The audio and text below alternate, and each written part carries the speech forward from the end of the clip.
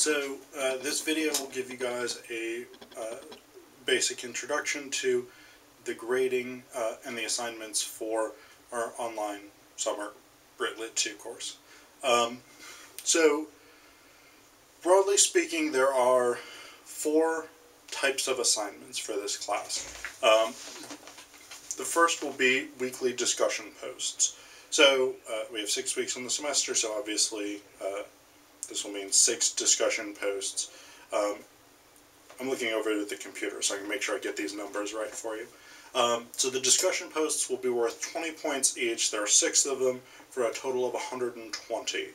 The second thing that you will have to do is a discussion response, and I'm going to talk more about what all of these things mean after I get through the numbers.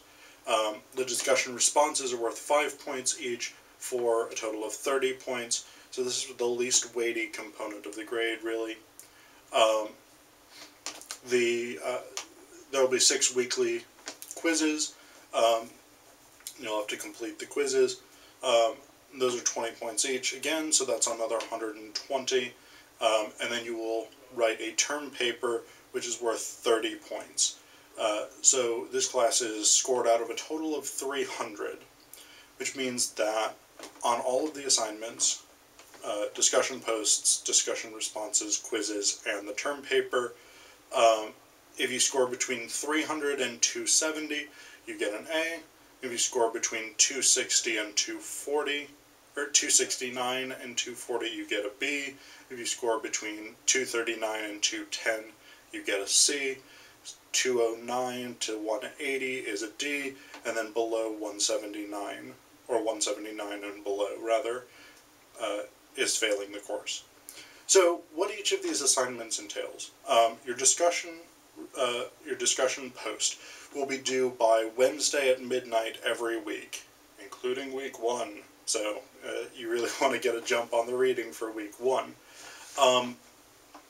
So, by Wednesday at midnight, you will have to post a discussion post to the eCampus forums.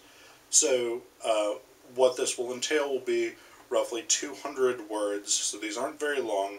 There's about a little bit less than a full page double-spaced in Microsoft Word. And basically what you're going to have to do is a short, focused, critical response to one of the pieces of literature that we're reading for that week. So, for instance, for week 1, if you chose to respond to Keats's Ode on a Grecian Urn, you would give me about 200 words focused on making an argument about Keats's poem.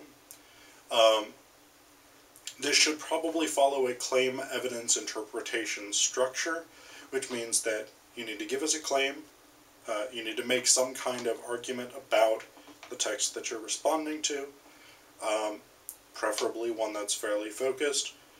This doesn't have to be a high-stakes argument, this doesn't have to be sort of fully developed, but you want to give us an argument.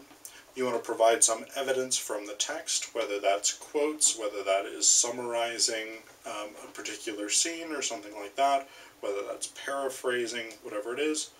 Give us some kind of concrete evidence that supports your argument, and then interpretation, which is where you explain how the evidence that you've given supports your claim.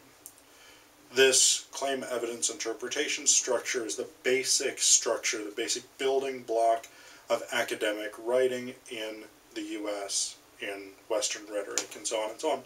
So, writing these 6 discussion posts will give you a good chance to practice the basic sort of fundamentals of making an argument in Western rhetoric. These will also give you potential ideas for your term paper, which I'll talk about in just a second. The next category is discussion responses. So one of my big concerns, one of the things I don't like about teaching online, is that we lose the opportunity of in-class discussion.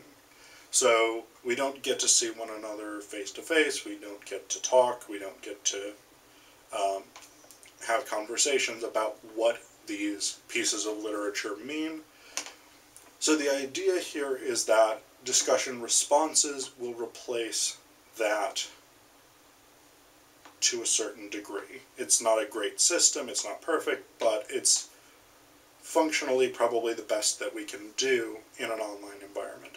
So by Friday at midnight of every week, you will have to respond to one of your colleagues' discussion posts. This means you will have to read your colleagues' discussion posts. And then you will have to post a response, short response, 2 to 3 sentences. You can ask questions, you can make suggestions for further thinking about an idea, you can present a different interpretation, you can whatever you want to do, as long as it's a critical response that begins engaging in a conversation with your fellow students. 6 weekly quizzes. These, again, will be due by Friday at midnight. I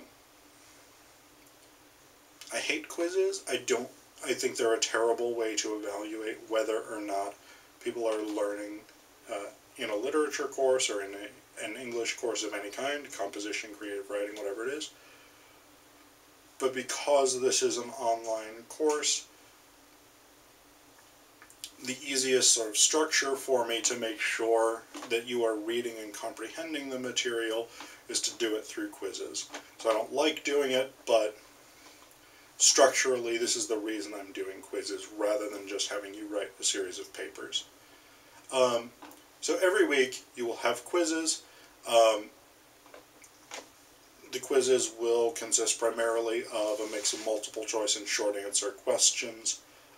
So fairly standard kind of quiz stuff. There will be at least one question about each of the texts that I asked you to read for that week. Now, here's the trick with both quizzes and discussion posts.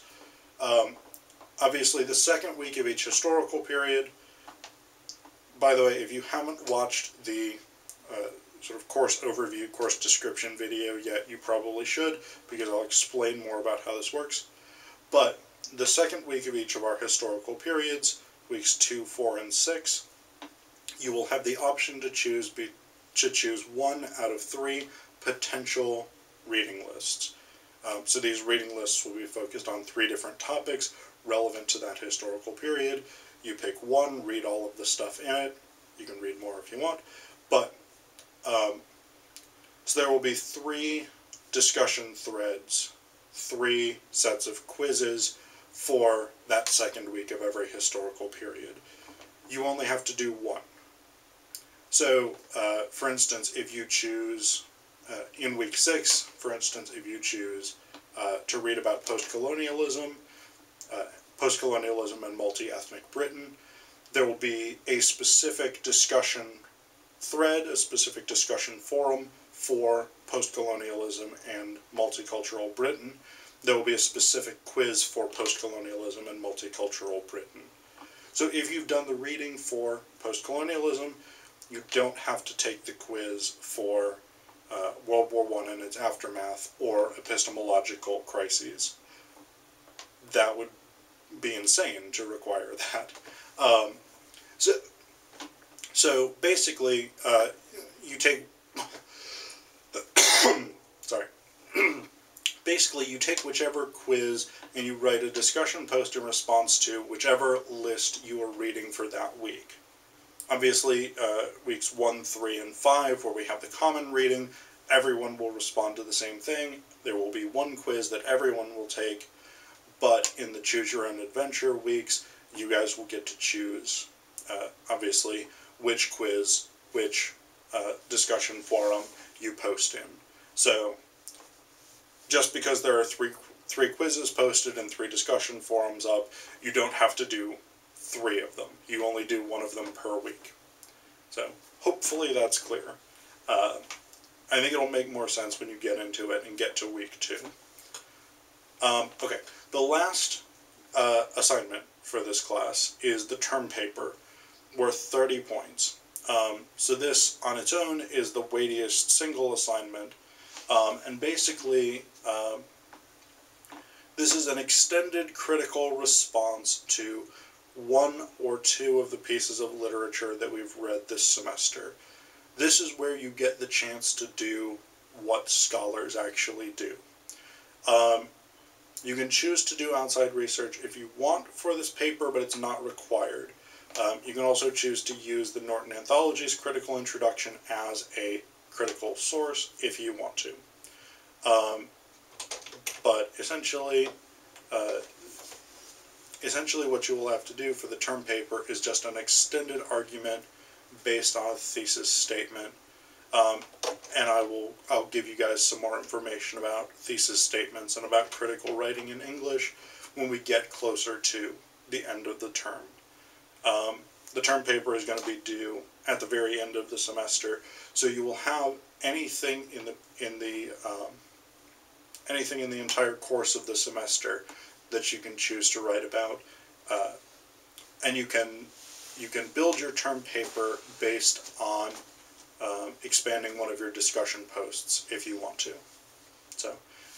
So that's how the graded materials will work. Also, for the term paper, I will post an assignment sheet and a feedback blank so that you guys will know what it is that I'm looking at, and you'll know how I'm grading that paper.